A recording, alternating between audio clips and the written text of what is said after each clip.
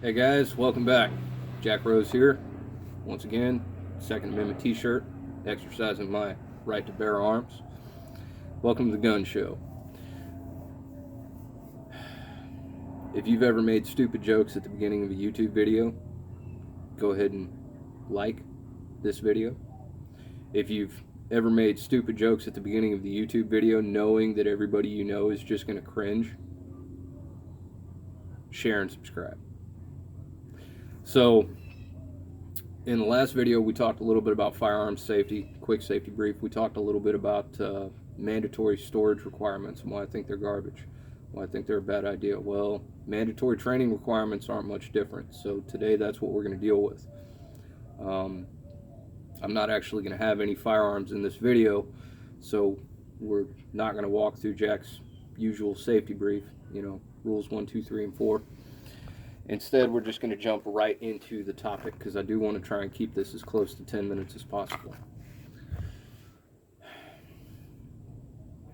I have seen government mandated training up close and personal multiple times. I've spoken with law enforcement officers. I've seen professional security training requirements. All of the state mandated or federally mandated training that I've actually seen has really been common denominator stuff. Okay, you got to understand, Jack's an Army veteran. Jack knows what goes into basic rifle qualifications and all that kind of stuff where the federal government is concerned. Pistol training really isn't any better.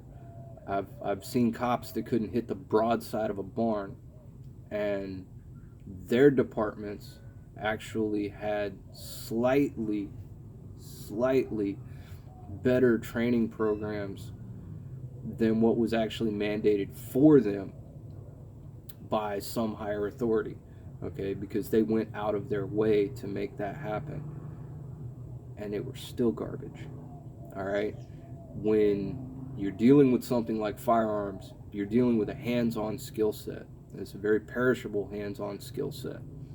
You have to get hands-on instruction, and the best instruction is always going to be one-on-one or in very, very small groups, because then you can tailor a basic curriculum to the individual needs of the actual student, right? We all learn in similar ways, but I've had to rephrase the same sentences just in giving basic firearms safety instruction more times than I can count, so that the person, the individual sitting on the other side of the table from me, was actually able to wrap their head around the concept that I was trying to describe for them so that they could carry that away and internalize it.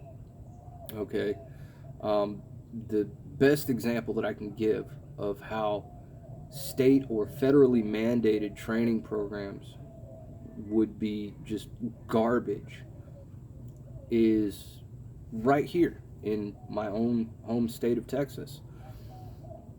We have a mandated training curriculum for the license to carry. So, license to carry a firearm in public used to be the concealed handgun license. Now, because we've adopted open carry, as long as you're licensed, the license to carry, the LTC, covers both. Well, once upon a time, the state mandated curriculum was 10 to 14 hours of instruction. Now, that wouldn't necessarily be so bad if we handled the classes differently, but we didn't. Okay, instead of 10 to 14 hours of actual training, discussion of tactics, use of a shoot house to go through live fire scenarios, possibly with a role player and simunitions involved, so that you're actually having to work through the situation that you're discussing. Instead of doing that, you just had death by PowerPoint. That's it. Death by PowerPoint. Not all companies had the facilities for this kind of thing, and not all companies were going to be able to justify the cost of being able to run those kinds of programs, and the state doesn't pay for them. Okay, as it stands now,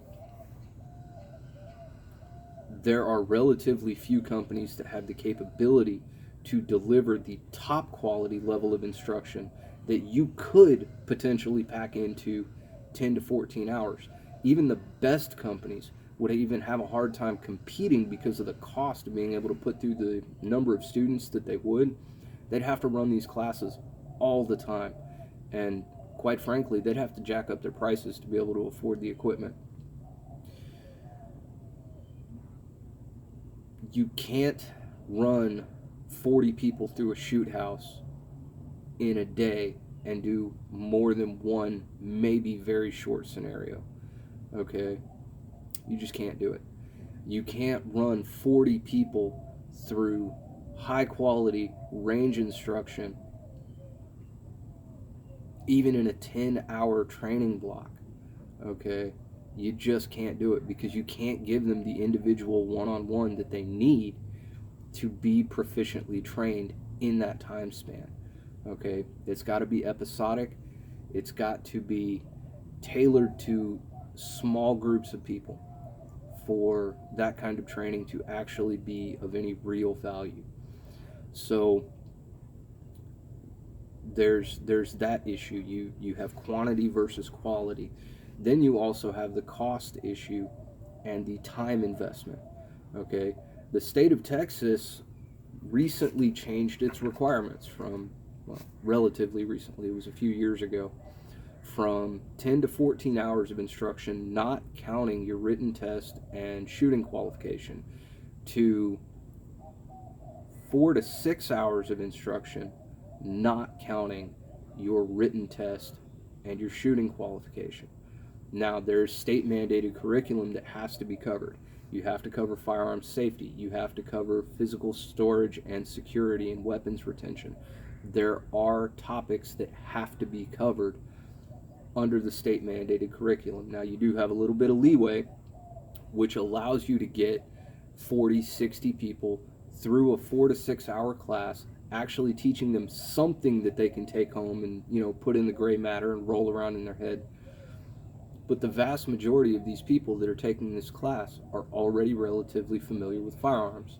And if you're not relatively familiar with firearms, if you don't know how your gun works, if you're not going to be able to pass a shooting qualification, if you don't even have your own gun and it's the first time you've ever picked one up, most decent licensed to carry instructors in the state of Texas will not allow you to take the class.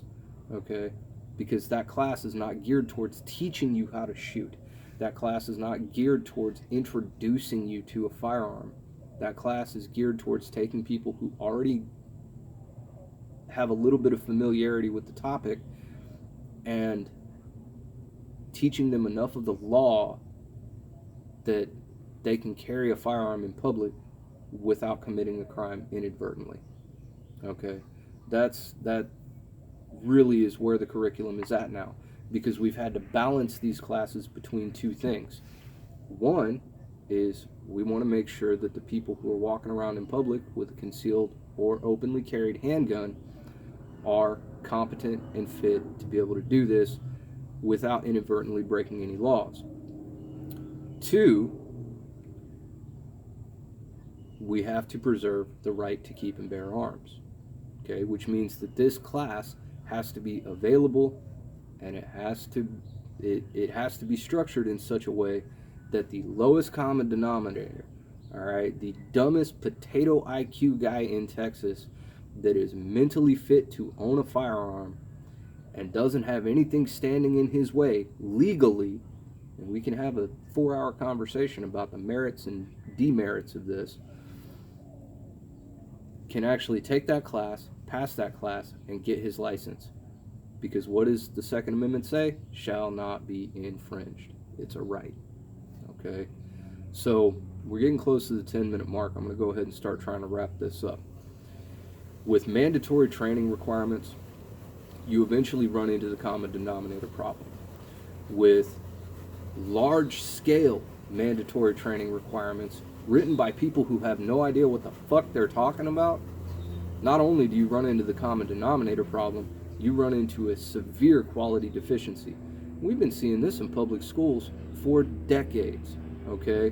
When you've got 30 teachers or excuse me, 30 students to one teacher, you're not going to have the same results with the same curriculum that you would have with 5 students to one teacher.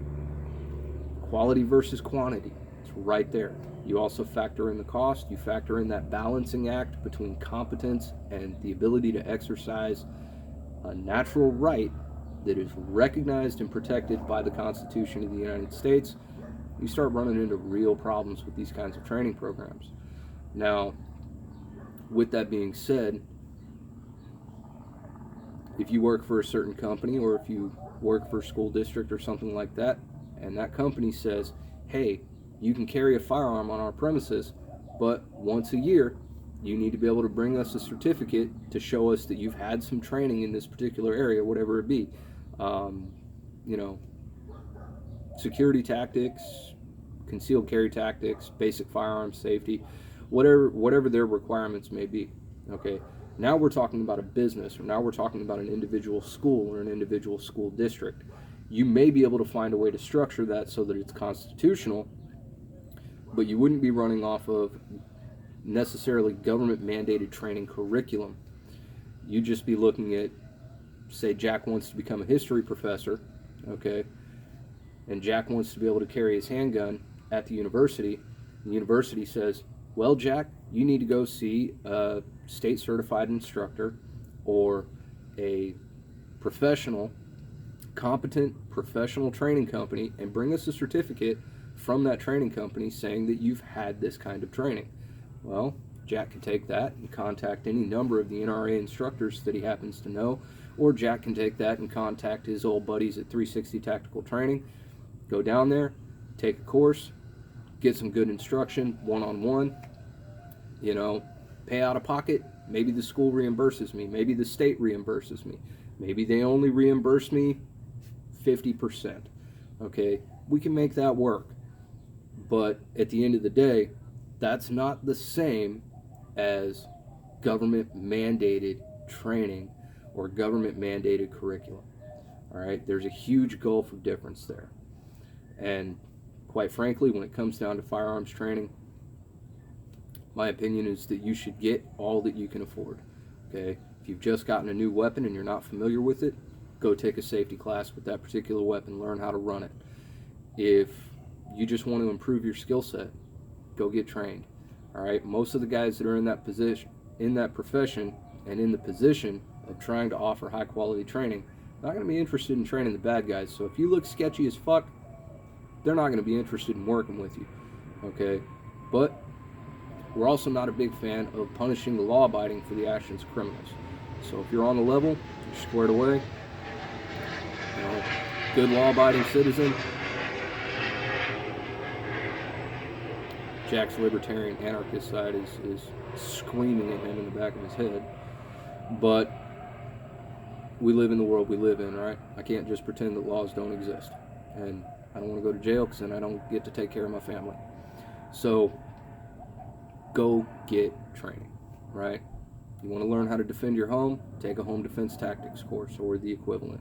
You want to learn how to deal with situations that might come up carrying a concealed firearm? Maybe you get worried about getting mugged at 3 o'clock in the morning, whatever, it's your business. Go take a class, all right? And we've gotten to 14 minutes almost, so I'm gonna go ahead and wrap this up. And just like I said in the previous video, I don't really have a better way to end these. So once again, be excellent to each other. Thank you, Bill and Ted, for offering that fabulous advice to us so many years ago. Maybe one of these days humans will start taking it to heart and actually working on it, acting on it. And then eventually, hundreds or thousands of years from now, we can live in a world where nobody has to carry one of these. Have a great day, guys.